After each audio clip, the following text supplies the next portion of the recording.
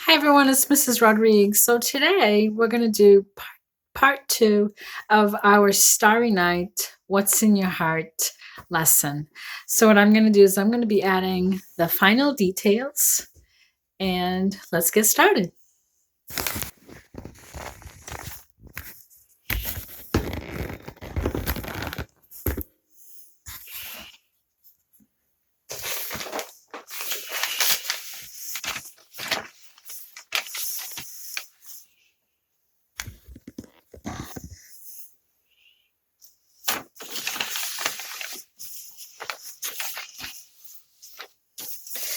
So this is what I have from our painting the other day. So what I did first is I drew out the Starry Night.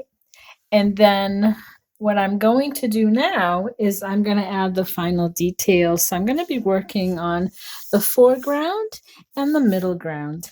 I'm no longer using a big brush, so I'm going to just switch to smaller brushes. I'm done with a fork unless I want to add a couple more details. And then I'm going to use these little tools to add a couple of dots or add more details and texture. So as I told you the other day, what I do is I take a just a Rubbermaid container. I pick it up at the dollar store. It costs $1, and I just put a waxy paper inside, and I put my paints in there. And sometimes I spritz it with a spritz bottle, and I cover it. Keeps all my paints nice and moist. And the other thing that I would use is I need a paper towel to kind of wipe down my brush or anything else. So the other day when I was painting, I had talked about the fact that my yellow was mixing in with my blue, so I was getting these really wonderful green blended colors. And I'm gonna I can lighten it up a bit more or I can leave it. So I think what I'm going to do is I always keep my white in a different container. So what I'm going to be doing now is I'm going to be using a brush to add the final details. What I'm doing, you're going to be doing with either colored pencils, paints, or crayons. It's really up to you, and sometimes it depends on what materials you have available. So what I'm going to do is I'm going to work once again. I like to work from the lightest color and I'm going to go up that ladder. So we talked about color and we said that color basically starts with the lightest color and then it goes on to the next color on the ladder, and it could be red, but this way I'm going to mix in a little bit of the yellow, and then I would go into the greens and the blues and finally the browns and the black. So what I'm going to do is I'm going to work on the houses. And if you notice, my white is a bit polluted. So what I have to do is I have to get in there and really try to find pure color. So what I'm going to do is I'm going to go ahead and I'm going to begin to add color. And if you noticed, I'm getting a little bit of everything because I didn't really clean off my brush all that well. But I'm not going to worry too much about that. I'm just going to clean it off and go into the water. And then I'm going to get a little more. Now, I've noticed that my color is a bit gray, and I kind of like that because you're never going to find a building or white that's just pure white. You're always going to have a little bit of gray in certain areas and white in other areas because the way the light or the moon is hitting this building, it would cause some areas to be lighter than others. So I'm going right over the doors because I'm going to paint those black. And I know that, well, we talked about color. Black is going to cover the lighter colors. So I'm just going to quickly apply these colors onto my buildings. And I'm going to wait for the steeple. I'm not going to use it right now, but I'm going to make a very quick gray. And I'm going to go in here and right underneath here it's going to be a little bit darker. And then here, so wherever there's a line, your color is going to be just a little bit darker because the sun can't get in there. So I'm just going to add those shadows in there. I'm going to get a little more gray. Just add it here and there. Maybe a little bit of gray here and a little bit on my steeple.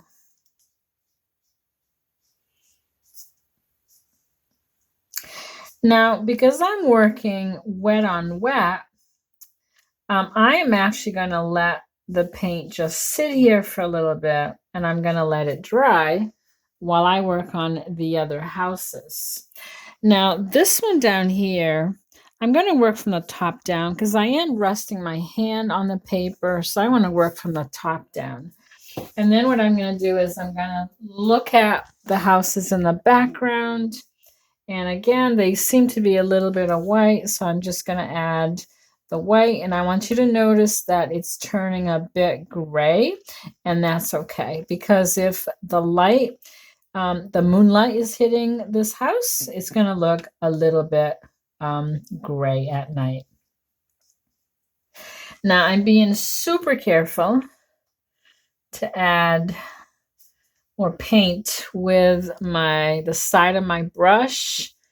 And when I'm applying paint, I'm going back and forth like this so that I can get a really nice chiseled edge on my brush. And I'm going to go here and I'm just going to add a little bit of gray and a little bit of gray here. And I am going to make the roof brownish black. So I'm just going to get in there and I'm going to add a little bit of black to the roof area. And what's happening here is because I applied my colors so fast yesterday, if you remember, I said I wasn't too worried about making everything so perfect because then I was going to let it dry. It's going to let my painting dry, which is the step that I'm on now. And then I would go back and I would fix the blue. And that's what I'm going to do today. Wiping down my brush. And I don't have a lot of brown. So what I'm going to do is I'm going to take this burnt sienna and I'm going to mix in some black. And I'm going to make it a darker brown. So more like a, much deeper, darker. Add a little more. And then I'm going to add it to this house up front here. Now, if you notice, it is looking a little darker than I would like it because it's looking a bit flat. So what I'm going to do in this case, I'm actually going to work backwards and I'm going to go from dark to light. And the way I'm going to do it, I'm just going to take a little bit of the burnt sienna and I'm just going to put it in there. Notice that I am working pretty thick so that I can spread that paint around. And this is exactly how Van Gogh would work anyway. He'd use a lot of paint, almost like buttery consistency, just like butter. And I'm adding it in. And I like the blending. So when I want to blend, I don't press very strongly. I actually press a little bit lighter with my brush. I can wipe it down, go into the water. And now I'm going to do the roof. And the roof is a dark brown, but I'm going to make it more of like a deep brown because I don't want it to be exactly the same color as the little house. So I'm just going to go in and I will really spread that black. It is I'm working pretty thick because this is how Van Gogh would work.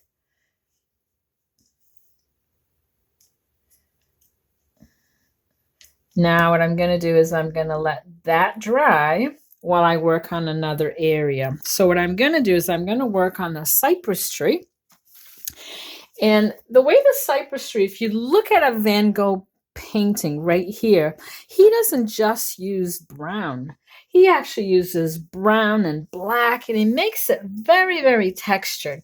So that's what I'm going to do. I'm going to try and get the brownish black and a little bit of green. So what that's going to require is I'm actually going to switch to a bigger brush, because if I stay with this brush, it's going to take me a little bit longer to work. So I'm going to work from the lighter color, so a light brown, and I'm going to very thickly apply that paint, and I'm going to move it around. And notice that I am changing. I'm adding a couple more little areas here and there. And that's what we can do when we paint. If we draw something too small, no worries. You go in there and you just add another line, another shape. And I'm randomly making these shapes in there. Notice that I'm leaving some white of the paper showing through.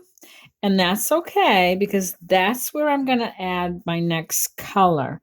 So now that I've got this, I'm going to go in here and I'm going to add a little bit of green, and I'm going to switch now.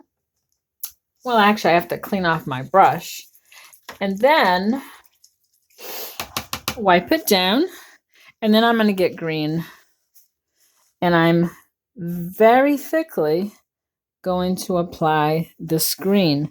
Now, I am not pressing very strongly. I'm actually very lightly adding this in, because I don't want to disturb or move some of the brown that's already there. So what I'm doing is I'm just very lightly adding it on top. And I got to add a couple more pieces here. Now that's a little bit too much green.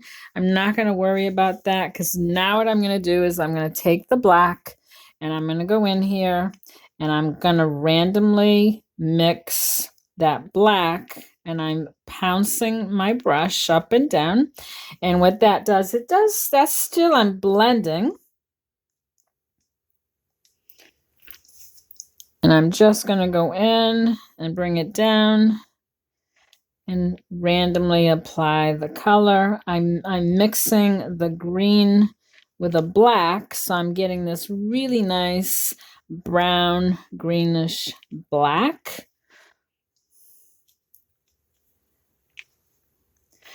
Randomly really get that black in there.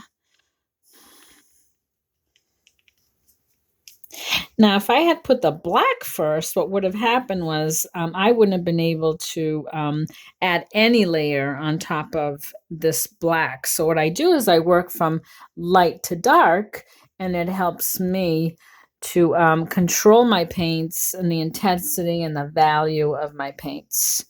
I think I'm pretty good.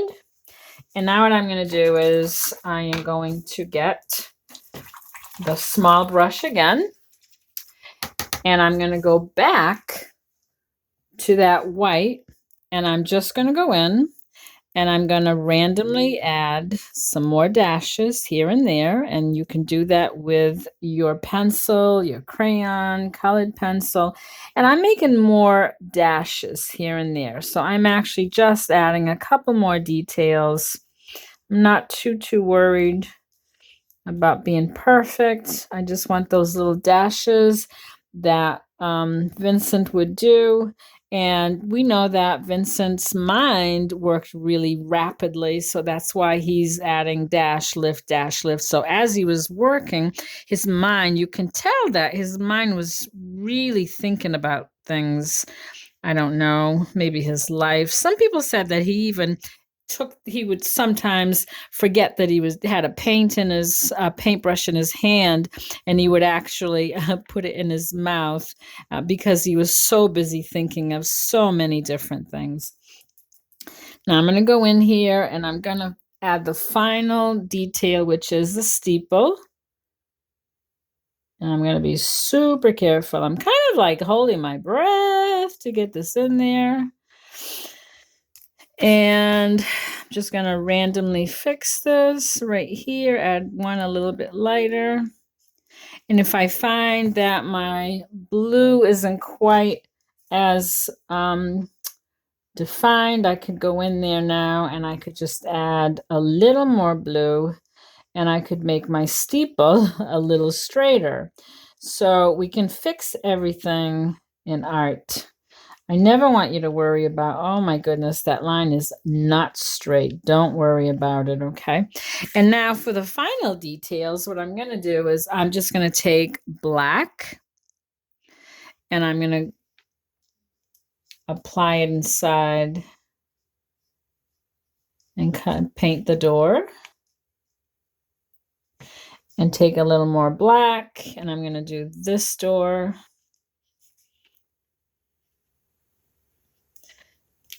I'm being a little more careful.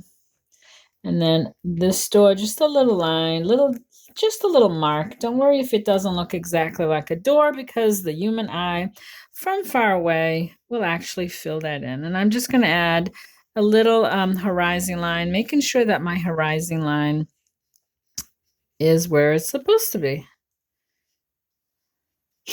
And add a little half door right here.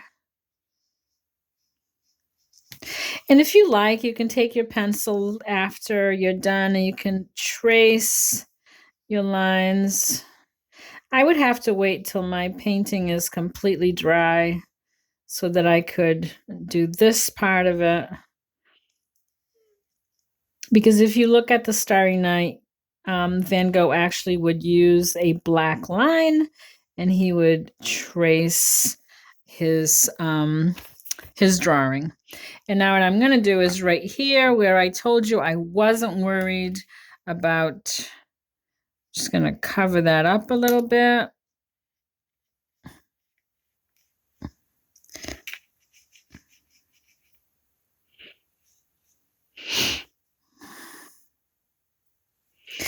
I could take my fancy little Q-tip, and what I could do is I could dip it into the white, and I could actually add some little dots to the sky area, and that would be a lot of fun to do that too.